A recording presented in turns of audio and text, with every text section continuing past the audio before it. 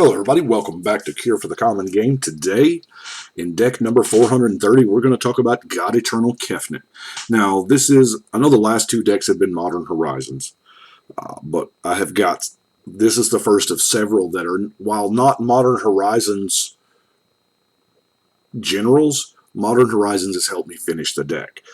Don't know if you know or not, I have got a ton of probably 40, 50-ish decks over there that are in some degree of completion. And every now and then a set will come out and it'll have just what I need to finish the deck. So, Kefnet, there's one card from Modern Horizons that as soon as I saw it previewed, I said, you know what, that's got to go in Kefnet. So I intentionally put Kefnet on the back burner until I could get my hands on one. Well, let's talk about Kefnet. At 4 mana, which is a perfect, if you got your turn 1 Soul Ring, it's a turn 2 draw, which for a 4/5 flying commander is not bad anyway. Shoot, you could get some early beats in. But anyway, you reveal the first card you draw each turn as you draw it, including your opponent's turn if you happen to draw a card there.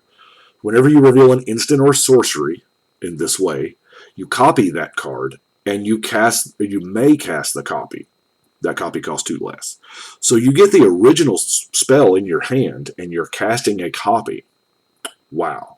Of course, then it has the tuck 3 at the bottom paragraph. So that is, obviously, it makes us want to lean toward instants and sorceries. Now, I swore up and down, because we all saw this card when Kefnet was previewed from War.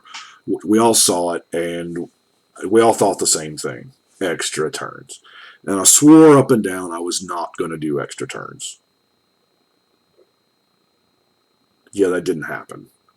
So, first off, before we get into anything else, let's look at the spells. Like, there's a lot of instant sorceries in the deck, but let's look at the actual spells that we want to copy, or, well, cast the copy of. So, first and foremost, just to get it out of the way, yes, I did do some taking extra turn stuff, so here we go.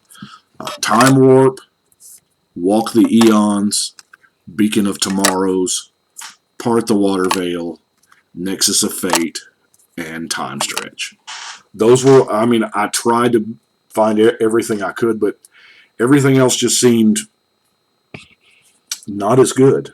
So, every once in a while, you've got to have that deck, and you've got to have access to that deck. That if somebody ended up bringing, if you sit down to your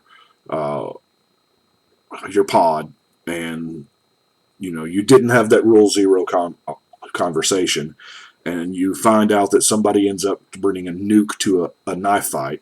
Yeah, it's way above bringing a gun to a knife fight. You know what I'm talking about. It's that one deck that you're like, whoa, I didn't know we were playing that tonight.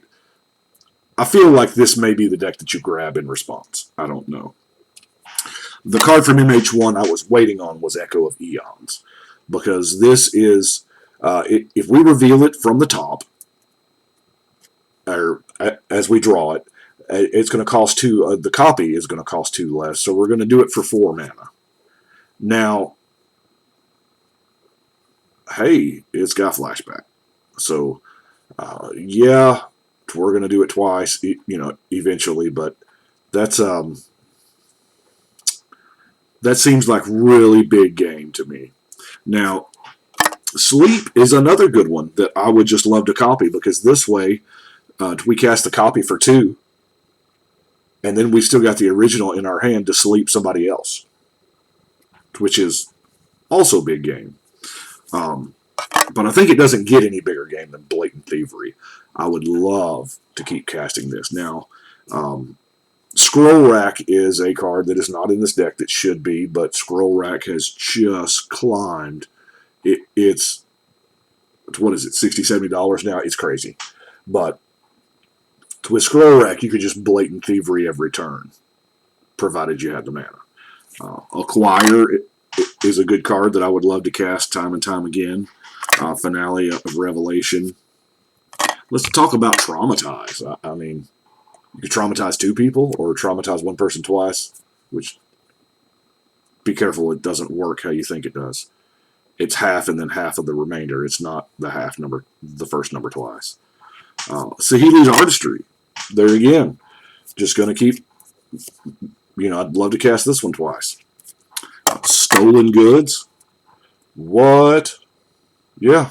You get hit one player twice or, two players once. And then, of course, we got Aminatau's Augury, which is, I put it in there because it's a big mana spell, and even with the reduction, it still costs 6.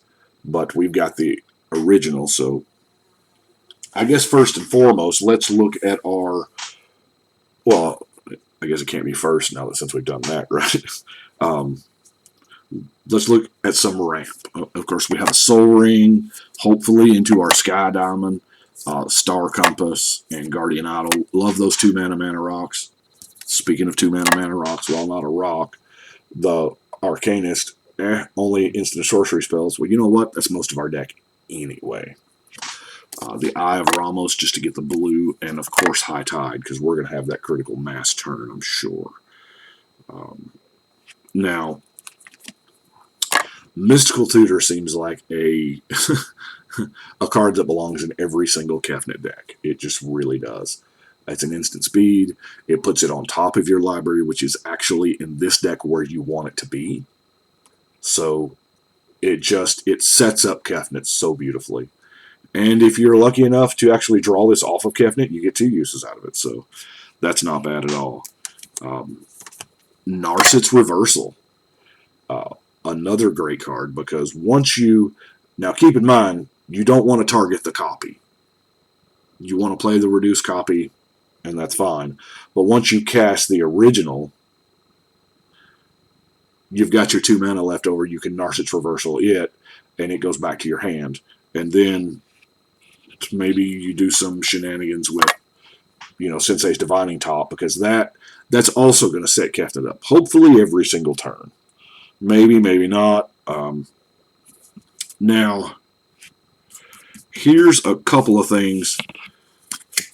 Kefnet's ability does, in fact, use the word when, or whenever. So, I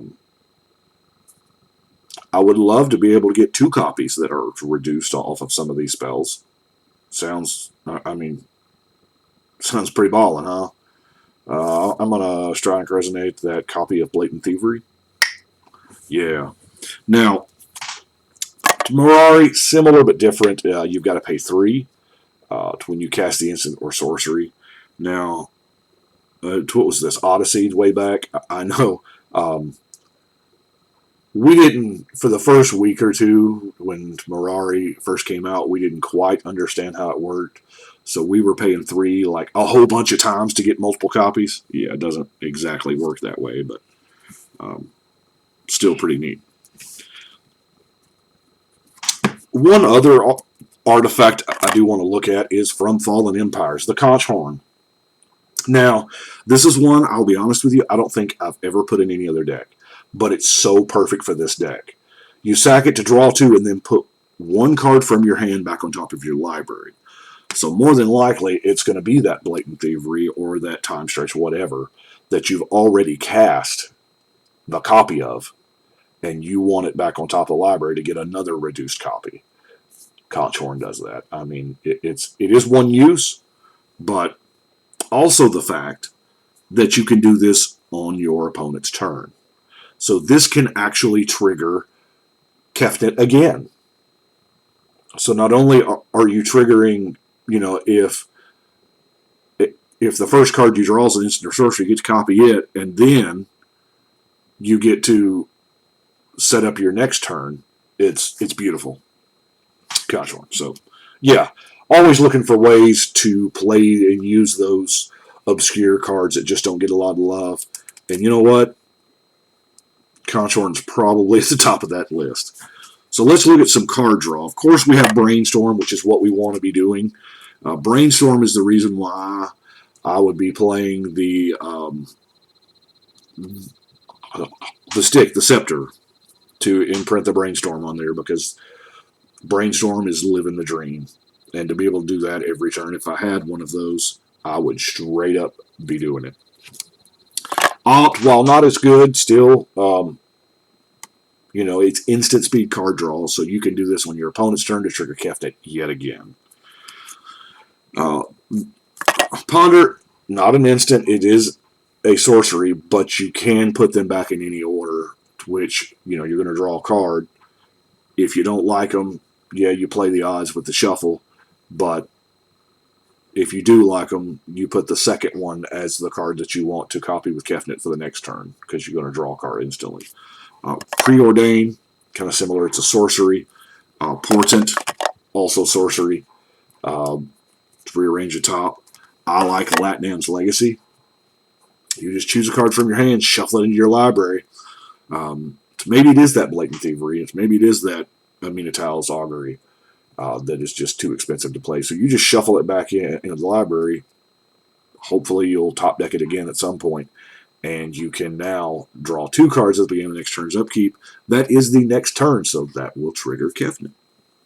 Now, Commence the Endgame is an instant. It is a little much. Now, this one it could probably be in the whole copy thing, too. I wouldn't be ashamed to copy this for 4 mana, would you? You're drawing 2 cards at instant speed, and it also triggers Kefnet if you do it on your opponent's turn. So it's beautiful. It just the gift that keeps on giving, this deck. Mystic Speculation.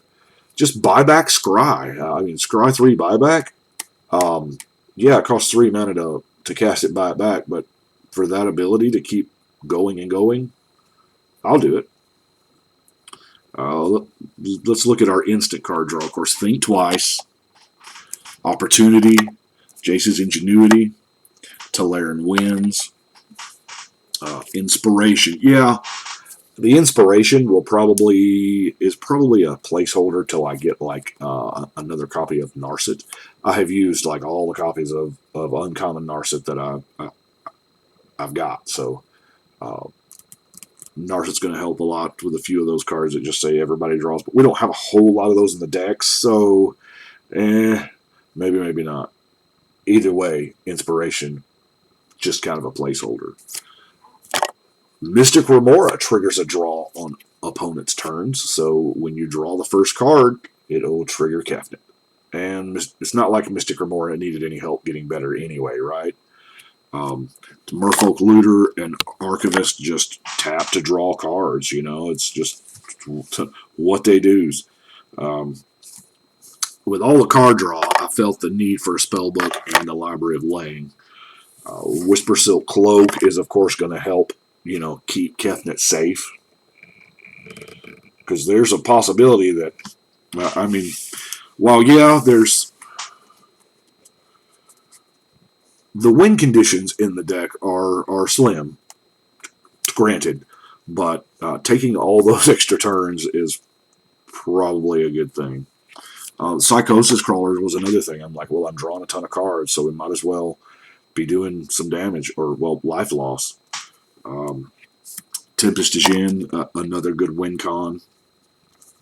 Now, Merchant Scroll fit nicely into the deck.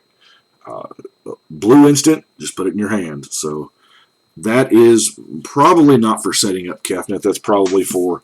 I have a little bit of counter magic in the deck, just more or less to protect Kefnet. I didn't want to put a whole bunch in there, mainly because, I don't want to be flipping it up all the time with Kefnet and just, sad trombone in it. But I do have Memory Lapse, Negate, Counterspell, and of course Archmage's Charm that we just got. So this is Archmage's Charm is actually, it does some double duty there as well, because it's that instant speed card draw if you need it, or it's steal that Soul Ring. Now you're never going to steal somebody's top, but you could totally steal their Soul Ring, Mana Vault, Crypt. All the stupidly powerful mana rocks you can get, except for the Monolith. But Diplomatic Immunity is also in there to keep Kefnet safe. Future Sight. Now, Future Sight works. It almost makes me sad because I have 2 pieces of the combo in here. I have the Sensei's Divine Top, and I have the Future Sight. But I don't have the Helm of Awakening because I don't have another copy. Now, Helm of Awakening makes every spell cost 1 less. Future Sight, of course, you can play the top card as though it were in your hand, and the top You tap to draw a card and put the top on top of your library, which now costs 0 because of the helm, and you just cast it for free.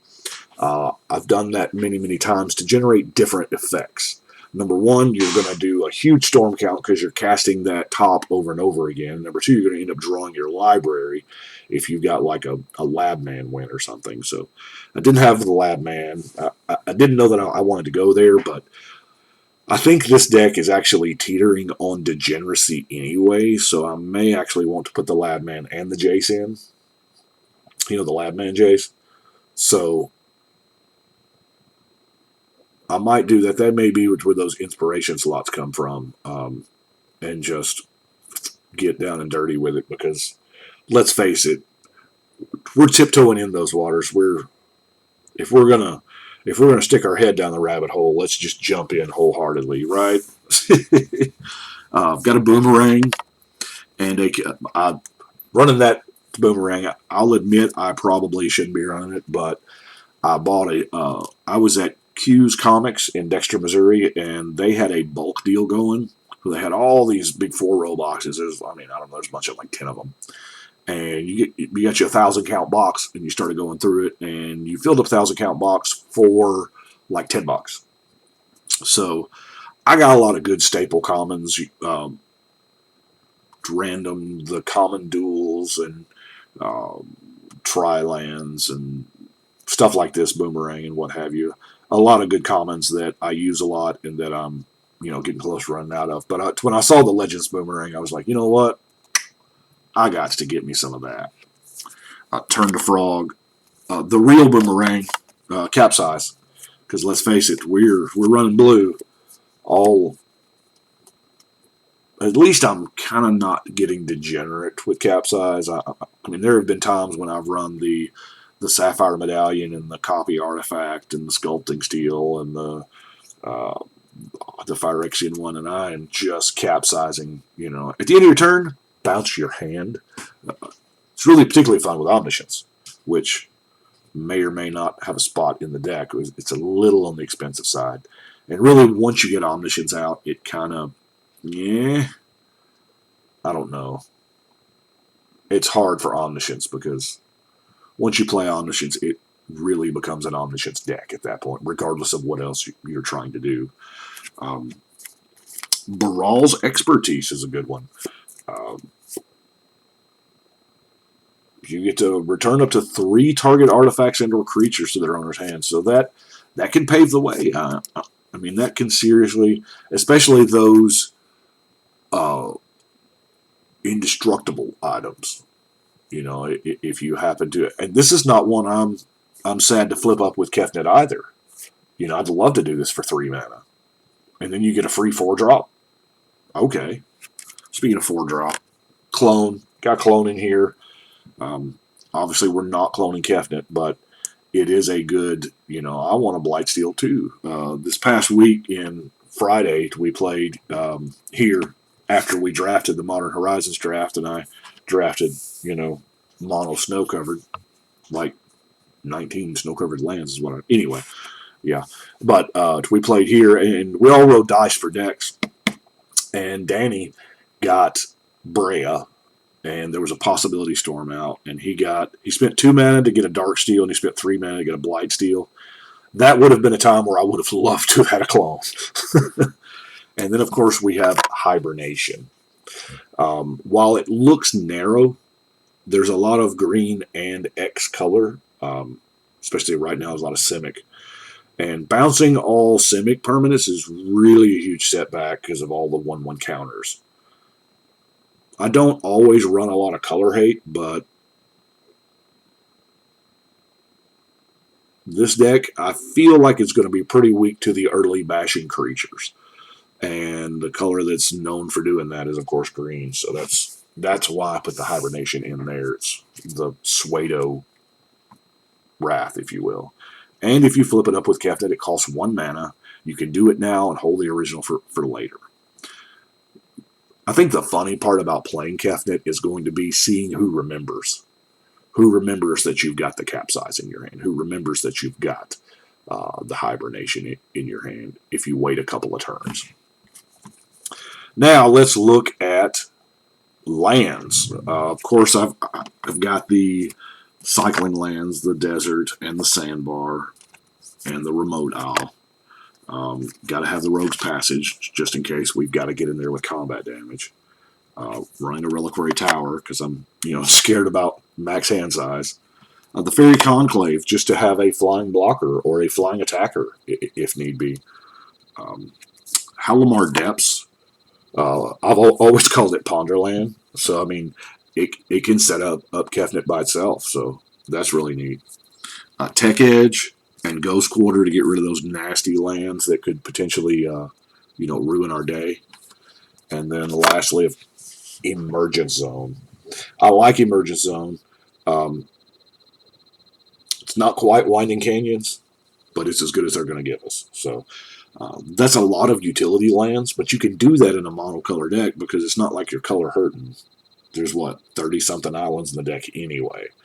So that is what I have got for God Eternal Kefnet. So we're going to put it back in the box there. And let's see, there's Kefnet. Ooh, that's a harsh glare. Y'all remind me if I play y'all with these decks. I didn't shuffle that. You saw that, so I'm going to need to shuffle these really well before I play them. So let's look and put this up on the wall.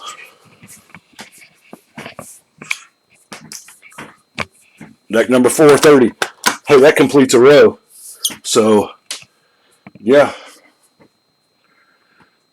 Well, that is what I have got. I do appreciate y'all watching. Y'all let me know what you think. But I think right now it is time again to shuffle and cut.